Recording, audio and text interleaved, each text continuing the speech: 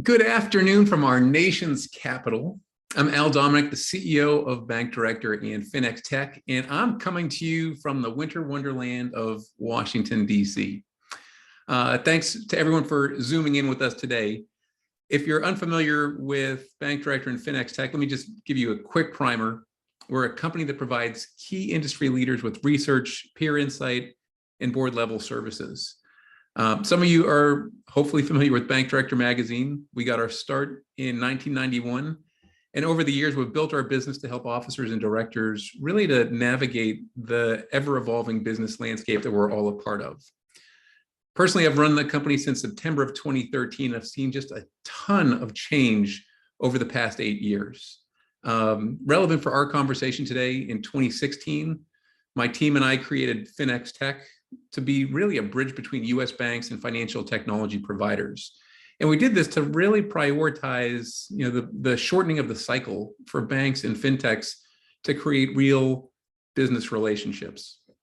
So today, Finex Tech helps bank executives and their teams to connect with a really vetted set of bank-friendly technology companies where we can help banks to better understand where there's real opportunity to grow revenue streams and relationships with the help and support of bank technology companies. As the moderator, I do want to let you know, I'm not trying to suggest a specific strategy or anything else. Each bank is run differently and has its own goals and objectives, but showing what's working and why is something that, I just personally delight in. So I share all this background to explain why I really am so pleased to facilitate this conversation about digital engagement and how to position one's bank to accelerate customer loyalty and long-term success.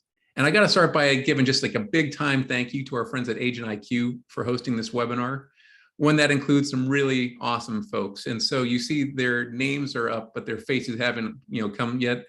I'm going to change that. So each person I introduce, I'm going to ask them to turn on their video.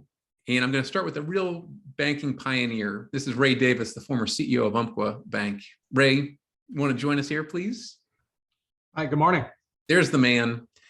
I'm going to come to Ray and ask him to tell a little bit about his background in a moment, but joining him is Patrick Myron, the SVP of Retail and Network Strategy up at Rockland Trust. So Patrick, as you come on, folks who are zooming in might recognize the Rockland Trust name. It's a $20 billion institution out of my hometown of Boston, Massachusetts. So nice to have Patrick here with us today. Cathy Dudley is the former EVP at First Bank, and probably the most interesting title I have seen in a while. She's the host of The Weary Banker. So let's see if we can get her to give a good smile. I love the wreath behind you. Very festive. Happy holidays. And happy holidays indeed. Joining and rounding this out will be Slaven, Bilac, the CEO and co-founder of Agent IQ. Hopefully you're familiar with Slaven and the work that Agent IQ does. If not, we'll have an opportunity to talk a little bit about what they're working on. As I thought about this webinar, I kind of envisioned us being like a basketball team. As I mentioned, I'm from Boston. I love the Celtics. They're not really, hitting it as hard as I'd like this year. But what I like about a basketball team is you've got different folks who bring different skills to the court. And so as I think about the people participating this afternoon, we all bring different expertise and insight. And ideally, we're going to be a cohesive team that shares some ideas that can really help those of you watching from across the US better understand where there's possibility. So enough of me rattling on. We got some really smart folks here. And I think maybe the easiest way for me to introduce to you watching at home who's with us today is by putting a question out around personal digital engagement and asking each of you, starting with Cathy, to talk about how you describe this in a conversation. Thanks, Al. I appreciate it. And welcome to everyone who is joining us today. It's an interesting question. I think, Al, it gets to the heart of what we're all here to discuss today, digital engagement. One way I like to think about it is meeting your customer where the customer is. And right now, the customer is in the digital world.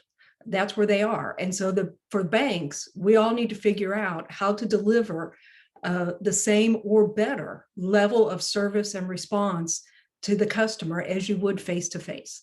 Yeah. Patrick, how would you build on what Cathy just shared? Yeah, I mean, Cathy's spot on. The way I look at it, the key word is personal. That's my favorite word in the question. So obviously a combination of technology and a human emphasis human on interaction. So in this case, having an actual human engaging with their customers through that digital tool. So we almost look at it that the relationship is with the person, not as much with the technology. Obviously, the technology is really important, but we're emphasizing the relationship part, and that's why we think that personal digital engagement is a great term. Yeah. And I think that what the two of you are sharing is really important, just to orient everyone to where this conversation is going to lead. Slaven, I'm curious, your background is taking you to some really big companies like Google. Now you're working for Agent IQ and doing some pretty special things as well. That description of personal digital engagement is one you have to talk about all the time. Seems like there's a lot more interest today maybe than in past. How do you describe what's going on to a bank executive that approaches you? So community banks have been building their business on quality and depth of relationships, and those relationships traditionally have been built inside the branch. But as Cathy said, now customers have moved into a digital first space. And the real question is, how can we use technology to enable providing a personal, high quality service from the branch into the digital space? And that's where we help try to use the technology as the enabler, remove the boundaries, make it easier, more seamless for customers to engage with their bankers, and make it possible for banks to provide high quality personal digital service at large scale. Gotcha. So it's an easy way for me now to bring it over to Ray. Ray, as I mentioned, is really a pioneer of great proportion when I think about the financial space and everything you've done over your career. I first met you when you were still running Umpqua, which, for those who've been in the financial sector for a while, Umpqua really was that pioneer for how the bank experience could be brought to them. The retail presence, the branch network, some just amazing things that were done. I'm just curious though, this question is one that has been around, it seems, for a number of years, the engagement, the loyalty, how do you create something memorable and non-transactional? So, as you think about the webinar that you graciously agreed to join, why do you think this question around personal digital engagement really is so timely at this very moment? I think that you're right. It's been around quite a while. And I think what is discouraging to our industry is how slow the industry has embraced this. I know when I ran Umpqua, I was always looking out to the future. And I think, hopefully most execs are doing the same thing, trying to figure out how do I differentiate my institution from my competitors so I can stand out. And when you ask the question about what's the definition of digital relationships now, it's actually everything we do right now. I mean, it's everything our kids do. If you're on Amazon, it's all digital relation. It's all built about digital relationships. And the banking industry and bankers in specific have been very slow to embrace this. I mean, and we're the ones that perhaps are threatened more than a lot of other industries in that how do you take this desire to offer incredible financial service to your customers, and how do you take it to an online digital experience? How do you do that? And that's a challenge that I think all of us in the industry have been faced with for several years, quite frankly. It's I think you look at the industry, and I think everybody would agree that over the years, and you said pioneer, for me, that I start thinking about Daniel Boone and some of these guys that are really old. Maybe I'm aging myself, but you think about, you go back when we watch how the industry has changed, and it really was sort of a natural evolution over years. And those days are over. Now it's going through a drastic transformation. It's no longer linear, it's non-linear, it's changing big time right now. And financial institutions have to embrace this, whether they like it or not. They have no choice. And that's why I think that reaching out to companies like Agent IQ and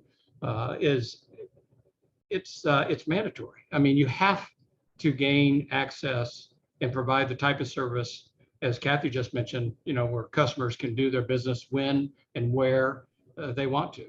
I really think there is, for the industry itself, and especially I think in the community banks, when you take banks that are, I don't know, pick a number, under 10 billion, 20 billion, whatever the number is, how are they going to stand out? How are they going to compete against these natural giants who have embraced this strategy and now have an efficiency ratio in the high 40s? And that's where, and we'll get into this, I'm sure, and I'll stop.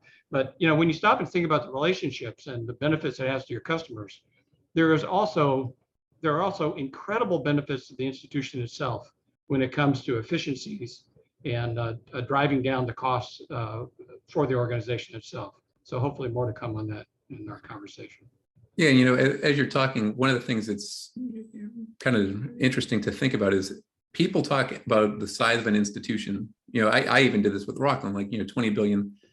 Asset size should not keep you from being ambitious and creative. You can't use it as a crutch as to why you're not going to do things. Technology is such a wonderful enabler if you strategically approach it and you realize most banks have incredible insight into where the industries that they serve are moving. So not just the financial space, but you think about all the different customers that you bank and just the amount of data, the amount of intelligence that you already have. You can really almost be like the canary in the coal mine and sensing where there's either risk or where there might be opportunity. And so, Ray, as you're talking, I think one of the challenges that banks have is, I think a lot of people agree they need to change, but sometimes it's overwhelmed by the risk of doing so. I think you're exactly right of that. I think, and we have to start changing the way we look at risk. It's a necessary evil. We have to look at. Doesn't mean we're taking on more risk. It just means we have to change the way we assess the risk of the organization. Well, and that's where, I'd like to use a little bit of our time. And certainly if you're watching this and you have a question and you want to drop it right into the chat function, I'll do my best to, put it in front of, the folks here. But I think this is a really an important strategic conversation because it should tie into a bank's business model. And when I think about the world that we live in, your business model is one of a few things that you still as an organization control. You have all these different forces and factors that are pushing you in ways that you weren't expecting, or maybe you don't want, but you still have the ability to think about how you operate and what you're going to invest in and where you spend your time. So I'm curious, maybe this is great for Patrick, as you think about the role you play at Rockland, how does a conversation like this tie into your discussions about where you are as a business and where you want to, start to move towards? Yeah, and that's a great question.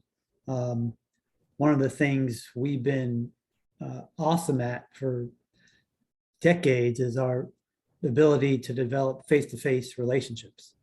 So everything that Ray was talking about, what Cathy was talking about, how do we go meet the customer, like Cathy said, where they're at today in the digital world? So how do we do those relationships digitally? So a tool like Agent IQ, that personal digital engagement that we've been talking about. So that's kind of what we've been thinking 4, 5, 6 years on. Customer behaviors changing. Everyone on this call knows that. You don't see your customers as often. Some come once a month, some come once or twice a year. But how do we do that face-to-face relationship that we're so good at in the branches and maintain our relationships with a Ray or a Slaven or a Cathy digitally? And this digital tool where they can ask questions anytime, anywhere, they know who they're talking to, really kind of lined up with what we were thinking from a strategic perspective. And, we can dive as deep as we want on this call, but that at a high level, that's exactly what we were looking to do. Yeah, and Cathy, I'd love to get your thoughts because the traditional banking model, isn't necessarily tied into a branching network like it once was. So maybe you could talk a little bit about how you approach this. Yeah, and I would agree with what Patrick and Ray was talking about. And this is a difficult one, I think, in particular for community banks, and especially in the, say, 10 billion, 15 billion and under. If you think about it, the really traditional model of a community bank would be really tied to the branching, and the branching is always, or many oftentimes, seen as planting the flag. We're committed to this community, and to me, that's what makes community banks so wonderful. There was a commitment. I shouldn't say was it. There is that commitment to the community, it broadly supporting that local community. But now we have our customers basically saying, I don't care about your branch. I don't need it to do my everyday transactions. You've given me this great tool, online banking, that I don't need a teller support. I don't even need to open need a CSR to open an account. So our customers are saying, that's great, but I don't need your branch. But the branches or the banks, it's almost, psychologically planted the flag. And to pull away from that traditionally is always seen as we're exiting. It doesn't need to be that way. With the tools that we have today, and Agent IQ is a very key one, I think banks can still maintain that tight, close relationship to the community that they've always served, but have to think beyond the branch. That is not going to be easy, but there are some banks out there doing this, trying, experimenting, like you said, Al, the important, it gives us the tools to try things. And now's the time to do it, because if not, I think the clock is ticking to really start to try things to get it right. That's the thing that personally, it scares me for certain banks that have been better performers, where they think that, they can talk, but they're not going to have to execute until they're ready. And I think the pace of change, everyone writes about it. It's impossible to keep track of, it's impossible to keep up with. But certainly during COVID, we've seen incredible accelerations in the way people interact with each other and the expectations for customer service and data and information. If you look at Europe and what's been going on the privacy side, that's not a new phenomenon. That's been going on since early 2000s. I think we're kind of at this inflection point as an industry where you really have to buckle up and say, I'm going to do some things that are uncomfortable, and I have to get out of my common way of thinking, but I need some real good ideas and support to make sure that I'm doing it as close to the right way as possible right out of the gate. Because again, you don't have the luxury of starting and stopping, and think that everyone's going to wait for you.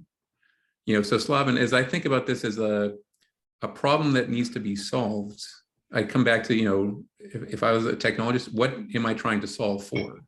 If I think about customers and their expectations, just like Patrick and Cathy shared, what are the challenges that you're trying to help them to overcome? Sure. We are basically removing friction from customers' engagement to their institutions, right?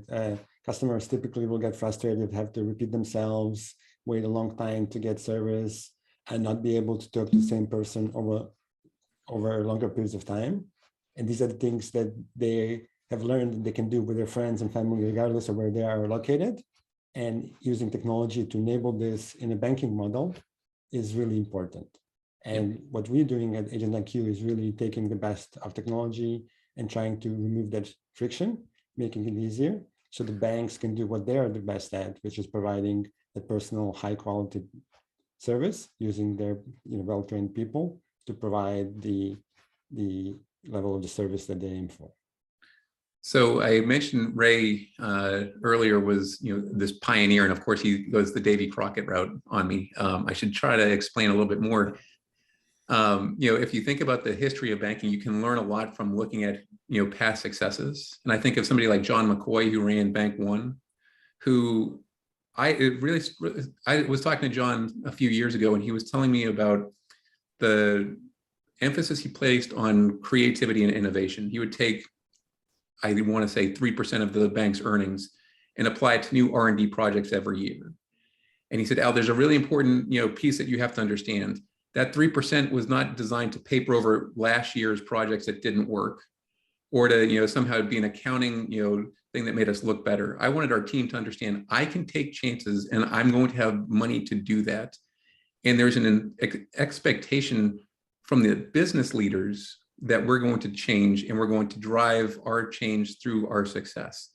And so I think about what Ray, you did at Umpqua, and I'd like you just to share a little bit about how you decided to really position this kind of Northwestern institution as really that cutting edge brand at a time when people weren't doing necessarily what you are. Capital One followed suit with their Capital One cafes. You saw fast followers, but you had an idea, and I think it might be interesting as we talk about the future to be reminded of something that has worked in the recent past.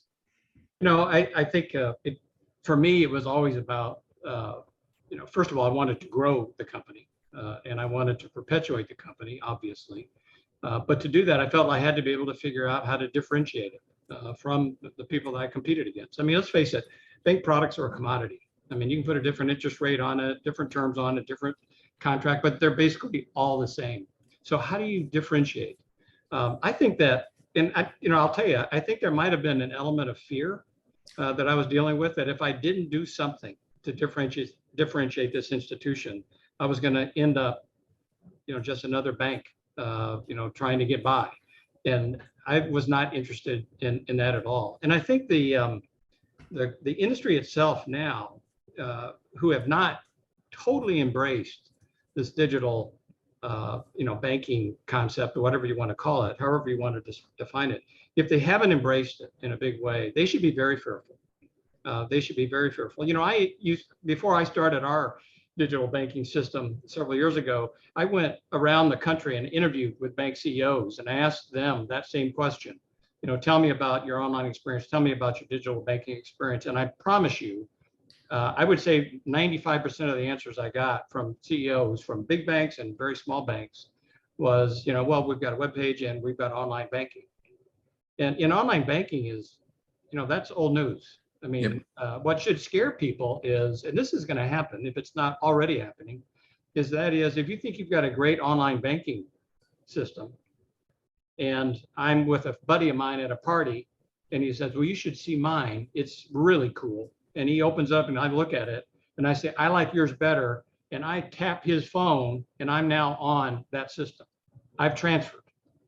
I mean, that's how fast you can lose customers. Yep. So if you have not embraced this digital banking, the relationships you can build through the digital banking world, I think you're putting your industry at risk. And I'm really serious about that. I know I have a lot of friends out there that run institutions, and they're late to the game as far as I'm concerned to make progress here.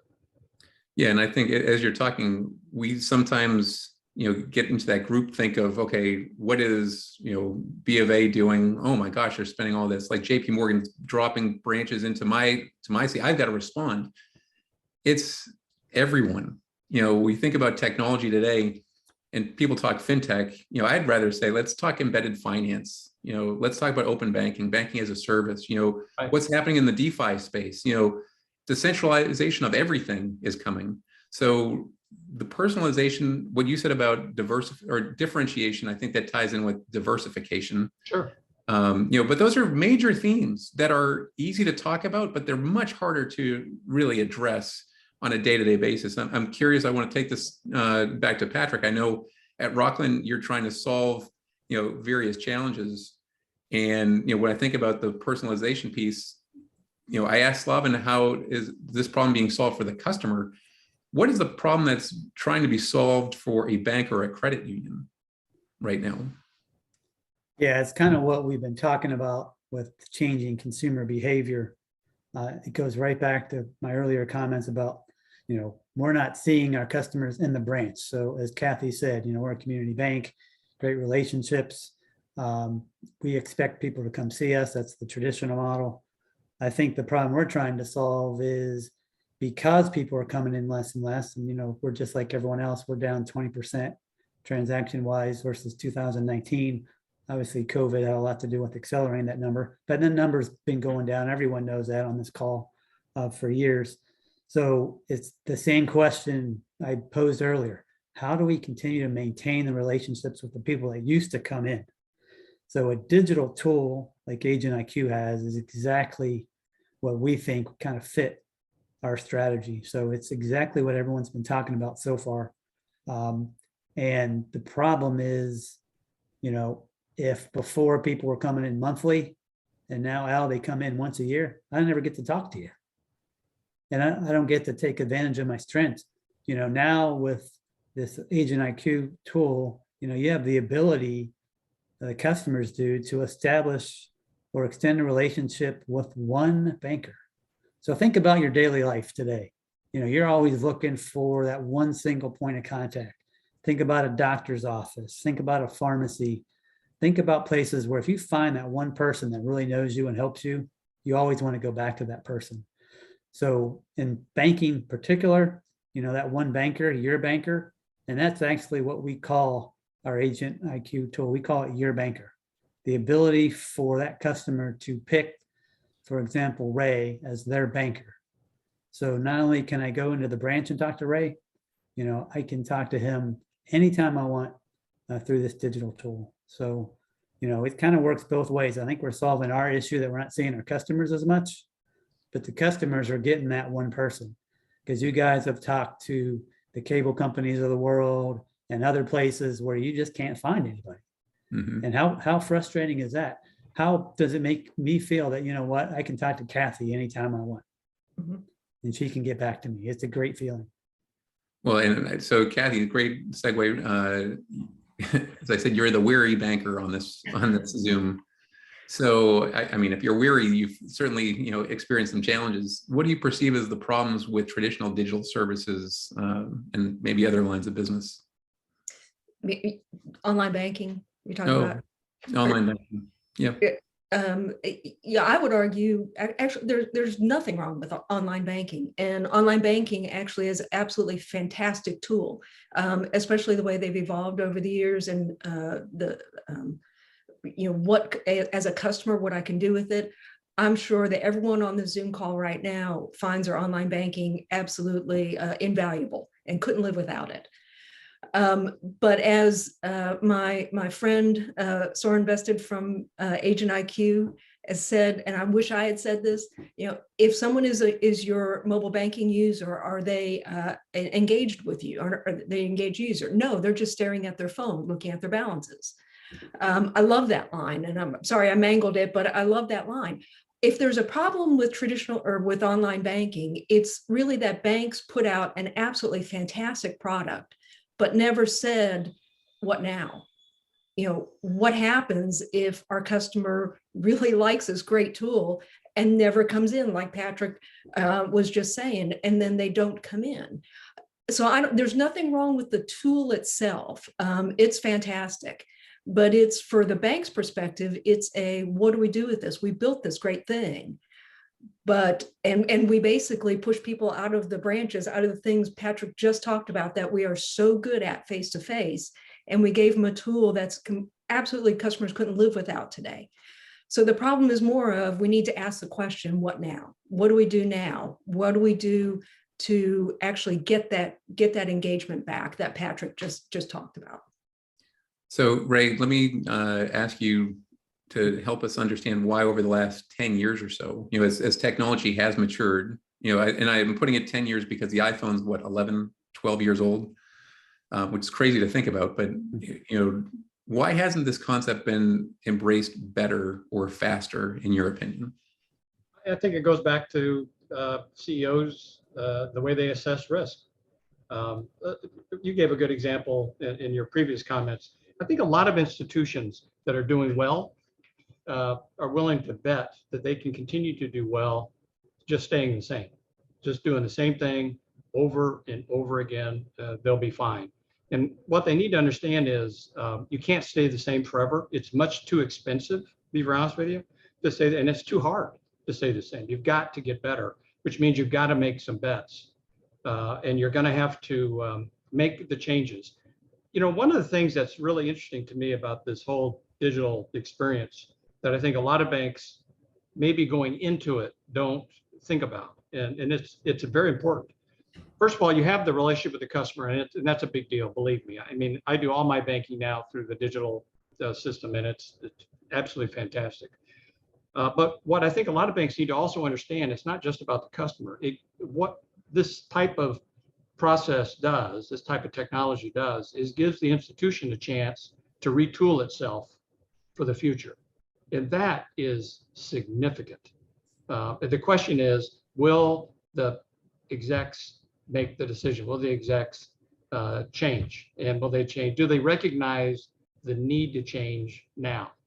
And I think that's been, I'll be honest with you, going back to what Cathy just said, I think these questions, online banking, all these other things, are the same questions we asked 10 years ago. We asked the same questions, and we're in the same place, just a little bit further down the road, perhaps. But I think the bankers have got to understand we're going through a transformation, and it's happening very, very quickly. And it's probably, I don't know, 30-40% into the process already. We're late if we're not getting involved. So we should probably rename this webinar to be the definition of insanity, because what you're saying is just keep doing the same thing and expect different results. Yeah, doing the same thing, expect better results. You're exactly right. Even better. That's even. Well, it won't happen all the time. I mean, at some point it does, but you're going to have to change. And it's hard, when people go and talk to banks, or you give talks to bankers, and it's not just bankers. I assume it's every industry. It's hard to get people to make changes, to understand that change is not a 4-letter word. It really is something that's very positive, and your people can really get around and get motivated and inspired by it. Yeah, I think I totally agree with everything you're saying. Having spent a lot of time talking to banks who want to change, I think some of the systems that have been designed over the years, they slow everything down because there's no extrinsic motivation for people to change if it's going to impact their compensation. Well, Al, I think some of that is an excuse. Okay. I really do. I think it's an excuse. I've heard that too. Well, we're on this old system. We can't get off it. Costs too much money. That's an excuse. If you say it costs too much money, let me ask you this. How much does it cost if your business doesn't exist anymore? I mean, you've got to, the strong execs are making the right decisions, and you got to get on with it. We're way behind the 8 ball already. And that's why I said I'm particularly concerned about, some of these smaller banks under 20 billion or, whatever size, but they've got to, and the good news is technology now is affordable. This stuff is not expensive. You can do it. Well, and see, as you're pushing on me, I'm going to push on Slaven for a second, because it does seem to me that banks of a certain size basically say, like, well, I can't support this. And I don't think that's the case, Ray. I'm going to speak for you. I don't think you think that's the case. But Slaven, broadly speaking, FIs of any size, obviously the larger you can say yes, but the support of the quote personal digital engagement, that has to come up. Your team has to hear that. How do you respond? So the key point here is technology actually makes the engagement more efficient than it used to be in a branch, because it is basically an asynchronous model that allows the bank employees to service the customers, when they can. We have data that shows that customers will readily wait 79 to 85%, depending on the institution, will wait to talk to their banker. So they don't have the pressure to respond to every query within 30 seconds or such. And this really makes a difference, because they can use the resources they have available to service their customers. And because it is a personal engagement model, the customers can still get all the benefits of, the service, knowing who they're talking to, knowing that somebody will be solving their problem. And then it makes it easier for them when they do need to wait, when they choose to wait for that response from their primary banker. So I do think technology here helps the banks, be more efficient in providing that high level service than there would be in any other model. So then, Patrick, you probably see a lot of tech companies that come in promising big things. What about, Agent IQ, and really, in a broader sense, this strategy that you've embarked on? What made you feel like this was the important leap to take right now? You nailed it, Alan. I was going to follow up Slaven if I didn't get to go next and say I just agree with everything you just said, which is not a brilliant statement, but it's exactly right. So yeah, you're right. Everyone on this call probably gets, daily, if not weekly, calls on the latest and greatest. And we've been looking for ways to do exactly what we've been talking about since the beginning of the hour, and ran into Slaven and Soren at a conference, just like a lot of people probably have. And in the beginning, it was intriguing. So kind of like what Ray was saying, it was like, well, we weren't quite ready yet, which I totally agree with everything Ray said. Across our industry, we're really slow at reacting, but I think we react a little bit quicker than other people. We engaged with Slaven and Soren, and we rolled out Agent IQ earlier this year, and we're still learning, but I'm telling you, I believe that their tool can be used by any financial institution of any size. And Slaven already kind of explained the technology. It's easy to implement. It's easy to use. it is affordable. I would agree with Ray because, in the past, depending on the size of your institution, that was a lot of money to spend. But even then, I agree it's worth the risk. And one of the things, if you're kind of watching this and trying to understand what's going on from a personal digital engagement, the reason I think any FI can handle this is the way Agent IQ has developed their tool. It allows you to put constraints around the customer experience and employee experience, meaning you can decide how many agents you want, and you can put constraints on total number of customers they have to serve. That really helps out on both the employee engagement. You don't want to have Cathy being on there and 10,000 people want to talk to her. She'll never be able to get to 10,000 people. So their tool is awesome, and you have the ability to resource constraint. You can turn the dials up or down. You can monitor stuff daily. You really have the ability to control the conversations that go back and forth. And depending on your size, you can probably support this, probably 100 branches or smaller, between 2 to 10 agents. I think the biggest thing we're trying to figure out right now is, where are those agents? Are they in the branches? Are they in the call center? Or is it a mix? And we're still working on that. But the tool is just very easy to use and implement. And honestly, the relationship with Agent IQ and the people they have is probably the number one reason we picked them. I know the technology is great. Slaven's going to brag about the technology, but it's Slaven, Thor, and the rest of their team and how we work to make this product better. It's been awesome since day one, and we look forward to 2022. Yeah, so let me follow up and ask, how are the customers responding to this engagement method? So you're talking about, the team and, the business, but, ultimately it comes down to, the customers care, and are they showing the behavior that you would like? Yeah, so we launched, and I think I got the exact days, Slaven, May 27th this year. We've had over 37,000 customers log in. And we're looking at about 500 to 600 conversations a week. And the best part, and Slaven's probably heard this weekly since May 27th, we have done zero marketing. Nobody knows about it. We're integrated with our mobile app, which was awesome to work with Agent IQ in Q2. So you log in just like you normally would, and there's a quick button right in your mobile banking, connect to your banker.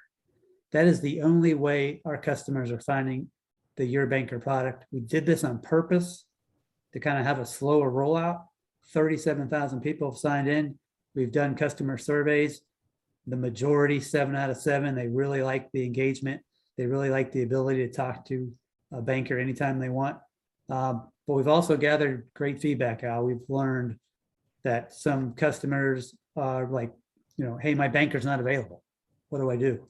Or they think it's chat, so they want an answer right now. That's not always the case.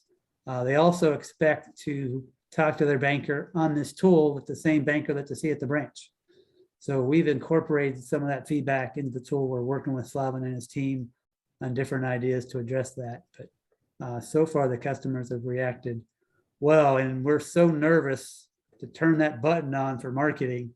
I think we're going to do it in January, just because we're going to open up the floodgates to over 150,000 online customers.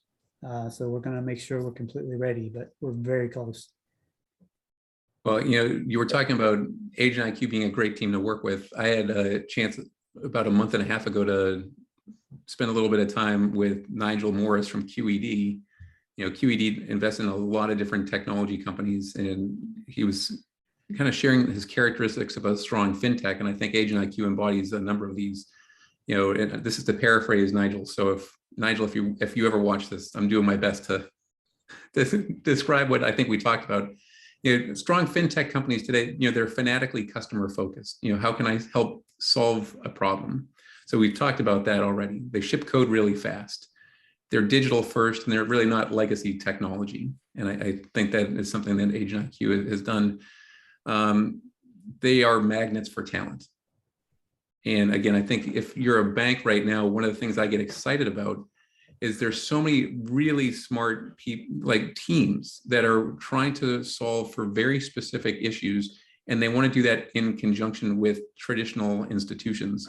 And so Cathy, I'm curious to get your take on how is it that once a decision's made that we're going to work with a company like Agent IQ, you can really encourage the team that's going to be in the trenches on a day-to-day basis to get just as excited and to carry the flag on week 1, week 5, week 10, like down the line. What do you think works to get people jacked up? Well, actually, I'm going to take a slightly different angle on this. I think this is one of the challenges for community banks, and I'd love to hear a little bit more from Patrick. Or he's touched on it, but are you trying to figure out if it's a branch based or is it a call center based? I think that there's probably going to be quite a bit of fear, maybe from the existing employees in a bank about what does this mean? What's happening to my job? I think, though, that where the excitement and engagement will coming in, and again, I'll let Patrick correct me if I'm wrong, but I think where the excitement down the road is when we see that with no advertising, what a fourth of your customer base wants to do this. Because I do think that people who go to work for a bank, they want to have that engagement with the customer. They want to help someone. They want to help someone solve whatever problem it may be. And when they see that this tool is allowing them to do that, it's just a different method. It's no longer face-to-face. It's now in some sort of digital, or it's a combination of the digital and face-to-face. I think the excitement will build from there. But I also, and again, I'm going to defer to Patrick on this, I think that there will be a natural real fear at the beginning that we're all going to have to get the employees over. And I think it's human, but it's where our customers are going, and we just need to help our employees get over there. And I think when they see the type of just reaction that our customers get to having this new kind of tool, I think it'll build excitement itself. Did I answer the question you wanted, or did I go in a whole different way? No, I think look, this is not a scripted, like you have to answer a certain way. I think, you deferring to Patrick makes a lot of sense, because it also, after Patrick's done, he can kind of look to his right or left, depending on how his monitors, or you didn't say, so Ray, like, how would you suggest incentivizing employees? But let's start with Patrick so you can respond to Cathy. I think Cathy's been in our meeting, so I didn't know she joined our Zoom calls, but she is, again, spot on. I mentioned that earlier, as far as we do have a mix of agents. Some are in our call center, some of our video tellers. I've got my video teller background right behind me, and our branches. And I think the more we do this and the more we learn and work with Slaven and his team, I think it's going to be two ways this might work. You're looking to develop a relationship with somebody digitally, probably a centralized team. But I think what I've been pushing, because I'm in charge of branch transformation. I still love the branch. But I believe one of the biggest opportunities, I think, is be able to bridge that physical and digital worlds. Yes. And what I mean by that is, how do we make the life of our bankers and our branches easier? And why would they even want to engage in this type of tool with their customers? So we're working on that value add. But the one thing that I think can work is, like, I think I described this a little bit earlier in the call. So just think of, I come in and see Ray once a month, once a week. I'm still engaging in the branch world. I love Ray. We've had a relationship for 10 or 12 years. I always go to Ray for everything, or if Ray's not in the branch, he always has someone else there that can help me. With the Agent IQ tool, now I have the ability to extend that relationship and talk to Ray anytime I want through my mobile device. Ray knows me, he understands me, he knows my background. I'm comfortable asking him questions. That is that relationship that we're looking to promote. So that's that physical and digital world, which have never really been connected. They've never been separate across our industry for as long as I can remember. I do think there's a part of the tool that can do that. And I'm not ruling out some centralized staffing as well. But I do think the value, if Ray knows me and can interact with me more than he normally does, I just think that's a benefit for the customer and the bank. So give me a second, because I'm going to ask Ray to put a different hat on. So Ray, this is my trusty Red Sox hat. This will also be the CEO hat for the moment. So, like if you put that on and said, all right, love everything that's going on. I'm running the show again, and I've got to get the team incentivized. So I heard what you said earlier about like, that's a cheap, narrative. Don't buy into that. There still has to be some way to encourage behavior, and money talks, right? And it's not just money, it's recognition, it's opportunity to advance, it's professional development, everything that comes with running a business. People, without the people, you don't have the product. Sure. And you certainly won't have the performance. So how would you, think about incentivizing employees who are just kind of getting started on this journey? Well, I can tell you what we did at Umpqua, and I think I thought it was good. And I don't know what they're doing now, but I thought it started us off, and hundreds of thousands of people using the system. But, first thing you got to figure out is, what do you want to do with this? The institution needs to determine where we're headed and have the foresight to say, this is going to develop into this. I think we've all agreed that what goes on in the branches, that's changing. And will there be branches out there? Yes. Are they going to be doing totally different things that we're doing right now? Most likely, because people are going to be doing the digital stuff, whether we like it or not, they're going to. So from an incentive point of view, once you've figured out, first of all, where you want to take the company, then of course you want to incent the performance for people to act accordingly to help you get there. In Umpqua's case, we actually set up incentive plans. Let me say this, first of all, one thing that Patrick said. In our case, we started with a core group of people, and then I quickly identified that, look, we can't do it centrally forever. It's got to get spread out into the field. And there's natural ways to do that. I think we had a very good plan to make that happen. But we incented our branch, we call them stores. You guys might remember, our store managers. It's hard for me to say branch, but we incented our store managers to, and that was part of thinking about what they're going to do in the future. So, we incented them to, on this particular process, based on the percentage of their customers that they were able to convert to the digital banking platform you're using, that there were incentives involved in that. Big incentive, not little incentives. This isn't $100, this is in the thousands of dollars, and that they had the opportunity to push that back down to the troops. And you would be shocked with how fast those types of incentives worked. So bottom line of this for me is this. I think that when it comes to the branches and how they work, they're going to change. They're changing. They're going to change even more. There's going to be fewer people walking in, even fewer than we have right now, at least for their traditional banking services. They might be walking in for something totally different, but it's going to be fewer for banking services, which gives the banks a tremendous opportunity. First of all, yes, I think all the banks are going to have fewer locations. They're not going to need all the locations because of the people aren't walking in. If they're not coming in, what good does it do, right? And one of the things that I thought that and I think banks, I challenged banks with this, and I challenged Umpqua with it, is it doesn't have to be that through this digital banking, fewer people will walk into the store. I felt that we gave, through the digital banking opportunity, we gave more opportunity for our people to get people to come into the store. Because if there are specific things, I want you to meet Ernie, I want you to do this, I want you to, I tell you what, let's meet at 1 o'clock in the store. So there's all kinds of ways for this to make an incredible impact, positive impact on the bank, your people. One thing that Cathy said, and I'll stop, is about the fear factor with the staff. If people are working in the branches specifically, it seems to be the most case. I had that question asked to me when I first announced this at Umpqua. One of the people in the back of the room said, well, Ray, I'm a customer service rep. What about my job? I'll never forget it. And my answer was very clear, I thought, and that is, look, I'm going to provide you with a career. I'm going to give you much more training.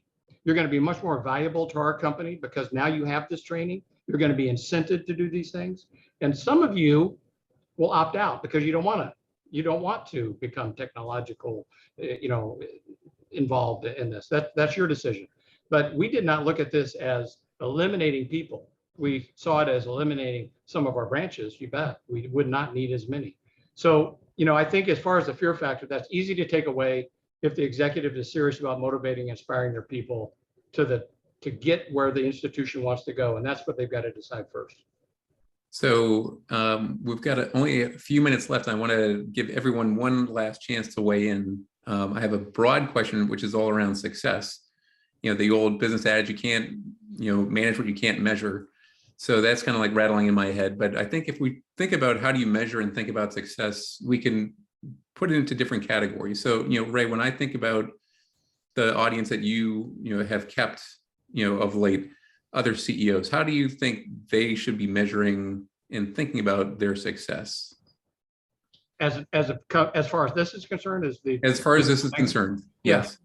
Well, first of all, one of the major success measurements is you're still open for business. I mean, you're still headed in the right direction. And I'll tell you, I've said that to many people before, and they sort of grin at me. And it's sort of like, I hope you're taking that seriously, because that's not an idle threat. I mean, that's really a risk that you've got to make changes. You've got to do things.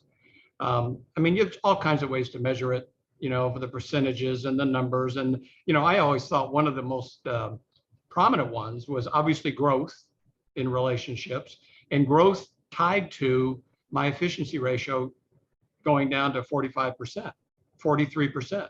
I mean, think about what that does. How much more money is freed up then for additional R&D, going back to your original comments, Al. Yep. How much money goes back to the institution to give them the flexibility to innovate?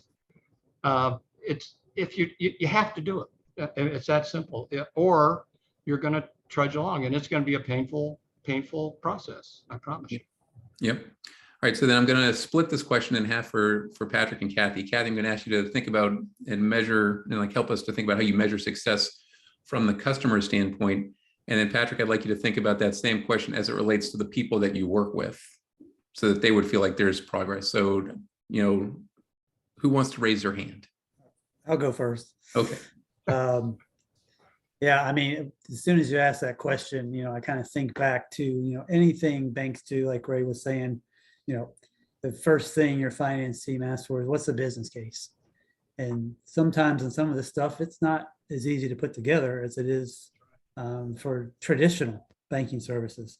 So and I love Ray being here, I've been taking notes the whole time, but when he says, number one, you're still in business, that's the truth.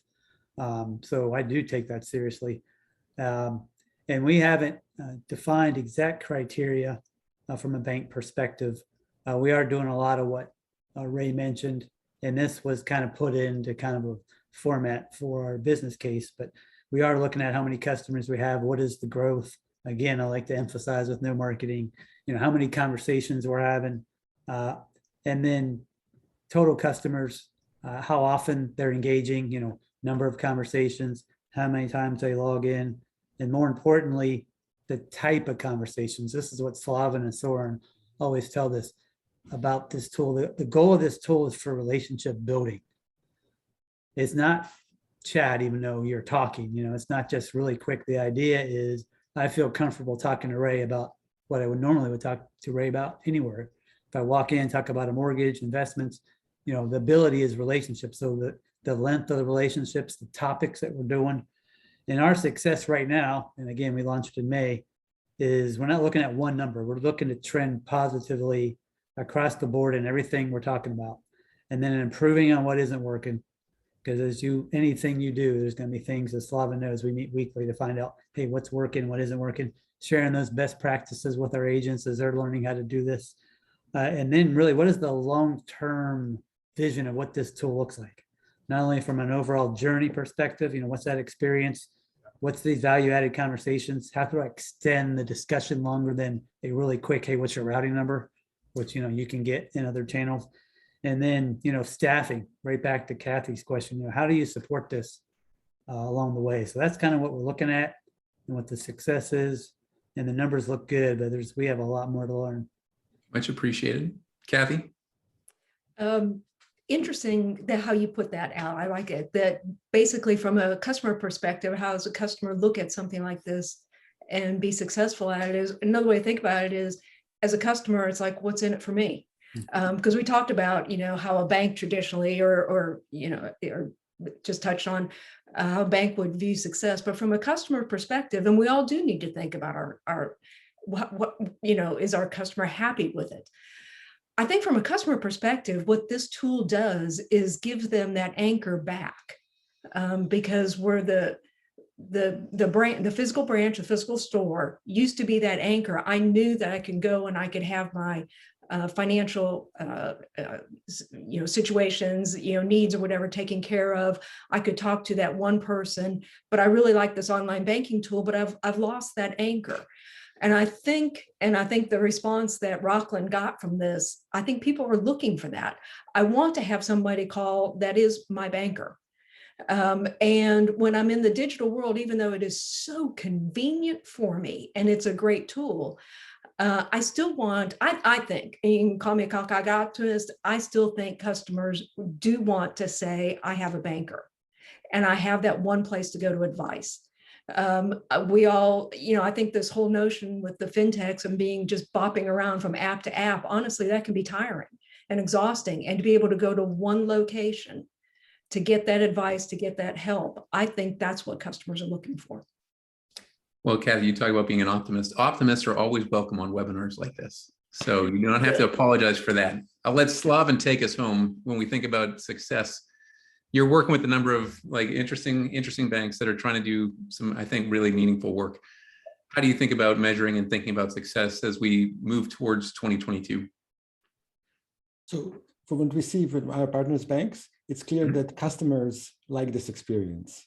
As Cathy mentioned, really having that anchor, having that primary point of contact makes it easier for them. It's very human expectation.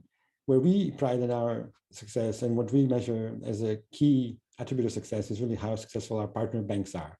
And as was discussed in the webinar, many of them are facing kind of the fear of acting, not knowing what the whole journey is.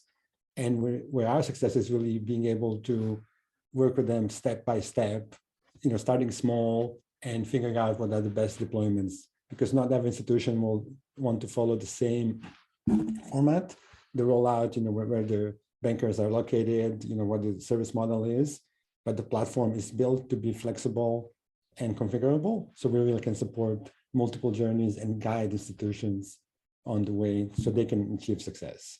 And if they're successful, banking customers are happy, we will be successful. Yep, I think it's a great mindset to have. And I think pretty much everyone on this Zoom has embodied it in some ways. You want to see others be successful and that begets your own. So look, Agent IQ, I want to thank Matt. I want to thank Soren, Slaven, the whole team for thinking about putting this together, arranging it, inviting our participation. This is really awesome. I know there's going to be a recorded version of this made available probably in like the next day. Knowing the Agent IQ team, it could be sooner than that, but I don't want to put any pressure on anyone.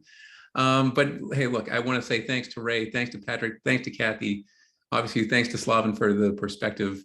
Again, I'm Al Dominick. It's been a lot of fun. We hope you've enjoyed it, and we'll hopefully see you soon. Thanks, Al. Thank you, Thanks again. everyone. Everyone.